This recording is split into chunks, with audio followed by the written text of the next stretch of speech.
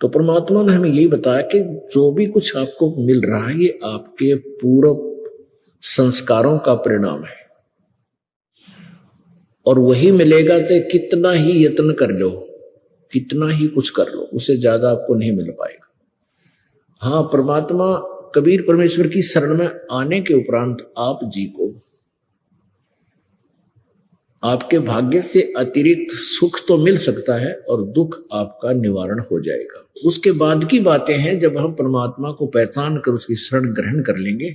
उससे पहले किसी को भी जो भी प्रारब्ध में लिखा है वही मिलेगा, चाहे कितनी यत्न कर लो, कितनी कोशिश कर लो और कितना ही कुछ आप तगड़मबाजी में डालो। तो परमात्मा हमें याद दिलाते हैं कि यहां तुम किस वस्तु को लेकर जीवित हो। परमेश्वर कबीर जी ने बताया है कि बिन उपदेश अचंभ है,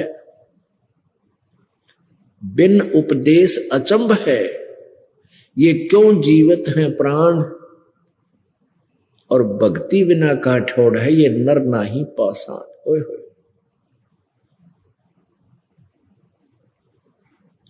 कितनी गहरी बात कही है कि बिना परमात्मा के नाम के ये प्राणी जीवित भी किस आशा के ऊपर है।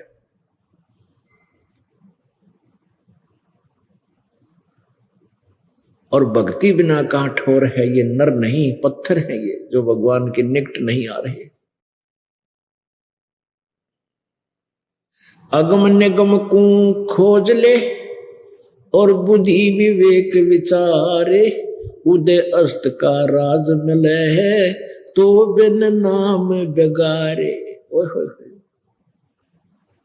परमात्मा कितनी प्यारी बात कहते हैं। पुण्यात्माओं, आप जी के ऊपर इतना नशा कर रखा है इस काल में, 3 इंजेक्शन लगा रखे हैं जन्म होते ही, और फिर रह रहकर फिर बौछार होती रहती है। रजगुण ब्रह्मा जी से, सतगुण विष्णु जी से, तमगुण शिव जी से। और हम इतना कुछ ज्ञान सुनकर भी थोड़ा सा एक बार अंगड़ाई सी लेती है ये आत्मा, और जो ही सत्संग बंद होता है उसके बाद फिर वही ये कर दूं, वो कर दूं, चल भाग जल्दी, चलो वहां चलेंगे, वो करेंगे, अन्ना जाने घर पहुंचन पावा कि ना पावा पर प्राणी। तो हमारी इतनी भूल डाल दी, इतना प्रेशर दे दिया इस प्राणी ने। तो परमात्मा फिर अपने जैक से इस प्रेशर को उठाता है, हमारी बुद्धि को क्या बताता है, अगम निगम को खोज ले बुद्धि विवेक विचारे, उदय अस्त का राज मिले है तो बिन नाम बेगारे। ओहो, बेगार कहते हैं 3 लोक का राज जीव को जय कोई दे, और लाख बधाई के करे जय नहीं नाम तेने। अपने आत्मा विचार करना, हम अपने जोड़ जुगाड़ में इस पेट के लिए, अपनी रोजी रोटी के लिए सारा जीवन बर्बाद कर देते हैं और हमारा गुजारा बनता नहीं, कुछ ना कुछ त्रुटि रह ही जाती है और मृत्यु ही हो जाती है। लेकिन हम जो सोच रहे होते हैं वो कंप्लीट नहीं होता, और हो भी नहीं सकता, क्योंकि हम ऐसे स्थान पर रह रहे हैं जैसे सन 2000 के अंदर 26 जनवरी का वो दुखदायी दिन आज भी हृदय से हटता नहीं। भारतवर्ष अपना गणतंत्र दिवस मना रहा था और सुबह सुबह 8 बजे एक भूकंप आया गुजरात में। 3-3, 4-4 मंजिल के मकान बना रखे थे, कोठी, जिसमें सारा जीवन खो दिया था बनाते बनाते। और वो भूकंप के अंदर वो पूरा शहर का शहर नीचे उथल पुथल हो गया, दब गए। उन्हीं महलों के अंदर, मकानों, कोठियों के अंदर दब कर मर गए वो व्यक्ति जो सारा जीवन कोठियां बनाने पर लगे रहे। ओए होए, भक्त आत्माओं, ये सत्संग के जो वचन है परमात्मा की अमृतवाणी के, ये एंटीबायोटिक है। ये हमारे नशे को उतार देंगे, लेकिन हमने प्रॉपरली ट्रीटमेंट कराना पड़ेगा, लगातार यहाँ आना पड़ेगा। सत्संग से जाने के बाद तो वह संसारिक व्यक्ति ही आपको मिलते हैं। उसने एक कोठी बना ली, उसने कार ले ली, उसका लड़का नौकरी लग गया, उसके लड़के ने इतनी कमाई कर दी है, उसने ऐसा कर दिया, यानी वो इंजेक्शन आपके वहां जाते ही लगने शुरू हो जाते हैं। और यहाँ आकर के हम एंटीबायोटिक इंजेक्शन देते हैं आपको, कि वो क्या बताते हैं, अगम निगम को खोज ले, भविष्य के बारे में जरा सा विचार करो, और बुद्धि विवेक विचार, थोड़ा सा विचार कर गहराई से अपने दिमाग से सोचे। उदय अस्त का राज मिले तो बिन नाम बेगारे। ओहो, अब राजा कौन बनता है? जो पिछले जन्म का पुण्यकर्मी प्राणी होता है। ओहो, वो पिछले जन्म जन्मांतर के पुण्यों की गठड़ी बांधकर वो पूरा संग्रह किया हुआ था, वो राज्य पद प्राप्त करता है। और जो भक्ति नहीं कर रहा राजा, सत भक्ति, वो तो थोड़ी बहुत सभी करते हैं अपने जैसा जिसको ज्ञान है, जो सत्य भक्ति नहीं करता, मर्यादावत नहीं कर रहे, तो वो राजा क्या करता है, अपने पूर्व जन्म के पुण्यों को वो खर्च खा रहा है, बर्बाद कर रहा है। तो यहां परमात्मा कहते हैं अगम निगम को खोज ले, बुद्धि विवेक विचार, और उदय अस्त का राज मिले तो बिन नाम बिगारे। अपने पुण्यों को बर्बाद कर रहा है और सारा दिन पंजा टेकता नहीं, नून भाग ले इधर भाग ले, सौ टेंशन उसके माइंड में रहती है, सौ टेंशन। दारू पी का पांडा छुटा हुआ रात में। और वर्तमान के तो बुरा हाल हो रहा है इन लोगों का। ये बेसिक मंत्री मुख्यमंत्री बने फिरते हो, प्रधानमंत्री, इनको एक पल की चैन नहीं है। शांति हो सके इस माया, जहां माया का समावेश है वहां तो आग लगी पड़ी है सबके प्राणी, सब प्राणियों। और बुद्धिमान राजाओं ने तो राज त्याग दिए थे शांति प्राप्ति और परमात्मा के पाने के लिए। लेकिन राज त्याग देने मात्र से भी प्रभु नहीं मिलते, उनके पाने का तरीका कुछ विशेष है।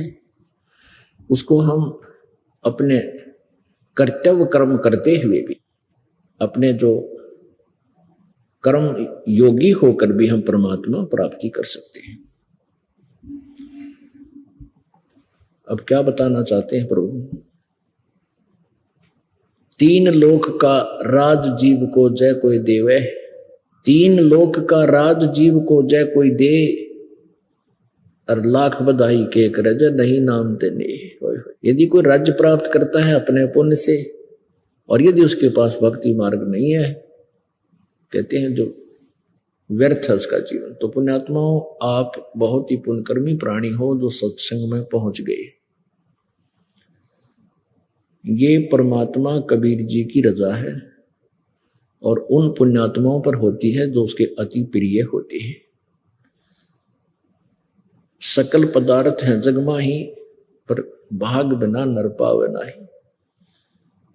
आपकी बहुत पुण्य है, आप नहीं जान सकते आपकी किस्मत को, क्योंकि लाल को स्वयं मालूम नहीं तेरी कितनी कीमत है, जौहरी ही बताया करे। ये दास जौहरी है और आप जी की पिछले पुण्य कितने हैं ये आपको नहीं मालूम। लखबर सूरा जो जही लखबर सावत दे, लखबर यति जहान में जो तो सतगुरु शरणा ले। न जाने कितने जन्मों से आप पुण्यकर्मी प्राणी रहे हो, प्रभु की शरण में रहे हो, साधनाएं की, फिर भूल भाल गए, बीच में छोड़ छाड़ गए वो कर, उन संस्कारों से आपको न जाने कितनी अच्छी अच्छी पद पोस्टें मिली हैं।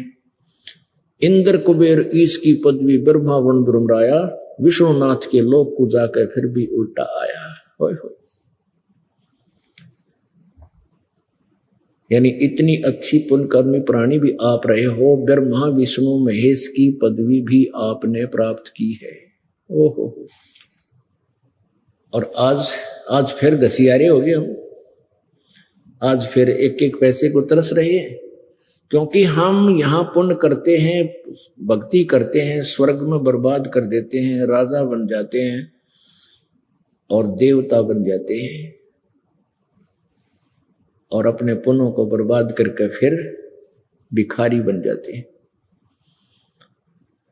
इस चक्कर को परमात्मा ने आके हमें समझाया है। तो क्या बताते हैं, परमेश्वर ने आके आवाज लगाई, चारों युग में संत पुकारे, कूक कया हम हेल रे, हीरे माणिक मोती बरसे, ये जग चुभता डेल रे। परमात्मा परमेश्वर कबीर जी कहते हैं कि चारों युगों में मेरे द्वारा